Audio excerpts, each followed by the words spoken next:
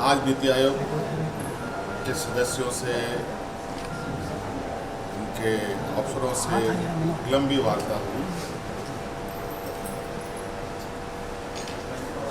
राज्य के लगभग सभी विभागों के संदर्भ में हम लोगों ने चर्चाएं की।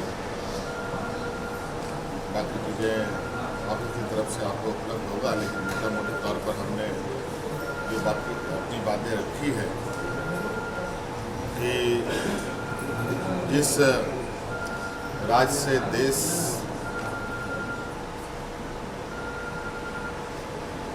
चलता है, जिस राज्य से भारत सरकार को सबसे अधिक आमदनी होती है, वहाँ के लोगों की स्थिति बहुत अच्छी नहीं है। इसके लिए कहीं ना कहीं संसाधनों की आवश्यकता है और संसाधन जुटाने को लेकर के सारी शक्तियाँ लगभग केंद्र सरकार के पास। हमने जो अधिकार है वो कैसे मिलेगा नहीं मिलेगा अब तो केंद्र सरकार ही तय करता है, लेकिन फिर भी हम अपने हक की बात जरूर उनके समक्ष रखें।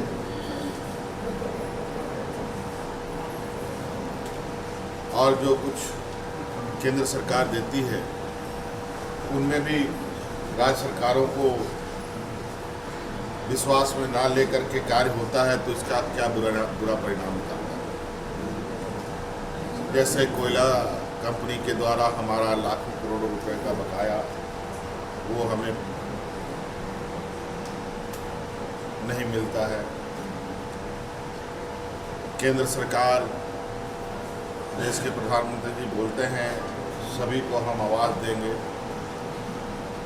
लेकिन अभी भी हमारे 8.5 लाख लोगों का जिनका सर्वे करके रिपोर्ट दिया हुआ है वो भी आवंटन नहीं हो रहा। उसके हिस्से का जो हमें वित्त सहायता चाहिए वो नहीं प्राप्त हो रहा है, जिससे हम राज्य के गरीबों का आवास आवंटन नहीं कर पा रहे, आवास उपलब्ध नहीं करा पा रहे। इसके अलावा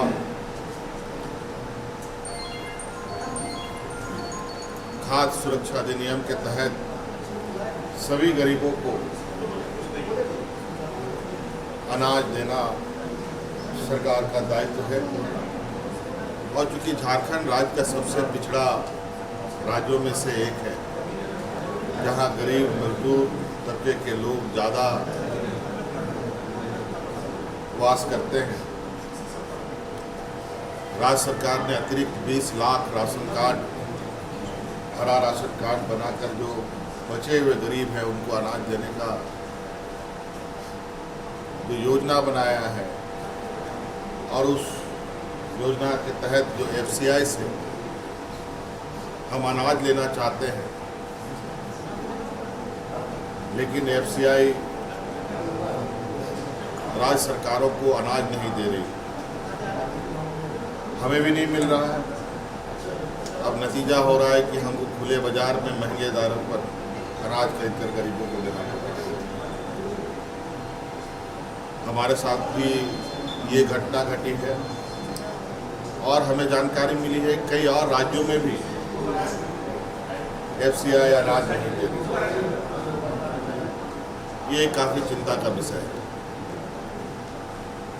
उसके साथ साथ जिस तरीके से केंद्र सरकार जिलों में अस्पताल खोलने का निर्णय लेती है और अस्पताल आधो अधूरे बनकर प्रधानमंत्री से उद्घाटन करा लिया जाता है, उस समय तो कोई सवाल नहीं उठता, लेकिन उद्घाटन के उपरांत सुदूरवर्ती क्षेत्र में जब मेडिकल कॉलेज की परिकल्पना की जाती है या खोली जाती है, जितना आसान बिल्डिंग बनाना है, ठेका टेंडर देना आसान है, लेकिन उसका संचालन उतना ही कठिन होता है। इसीलिए हमने आग्रह किया है कि केंद्र सरकार राज्य में स्वास्थ्य सुविधा मजबूत हो, इसके लिए इस तरीके की योजनाओं को चयन करने के लिए सबसे पहले या राज्य सरकार को इसकी स्वायत्तता दी जाए कि अस्पताल कहाँ खुले, कहाँ चलेगा। नहीं तो इन ग्रामीण क्षेत्रों में कोई भी फैकल्टीज जाने को तैयार नहीं है। उदाहरण के तौर पर आपने खुद ही देखा है, 10 साल से अधिक हो चले हैं, राज्य को एम्स जैसा मेडिकल कॉलेज स्वीकृत हुआ है और आज वो एम्स ओपीडी से ऊपर आगे नहीं चल पाया। तो कमोवेश यही स्थिति इन मेडिकल कॉलेजों की भी होगी। तो ये सारे कुछ महत्वपूर्ण बातें हमने बताई हैं, बाकी चीज़ें आपको पीआरडी से या विधिवत रूप से उपलब्ध है। बहुत सारी चीज़ें हैं, गंगा रिवर बेसिन से संबंधित बातें भी हैं, फॉरेस्ट राइट एक्ट को भी लेकर बात है, हमारे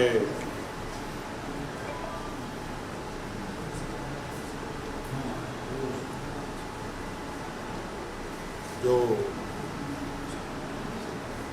महिला कल्याण से संबंधित बातें हैं, कई सारी बातें हैं।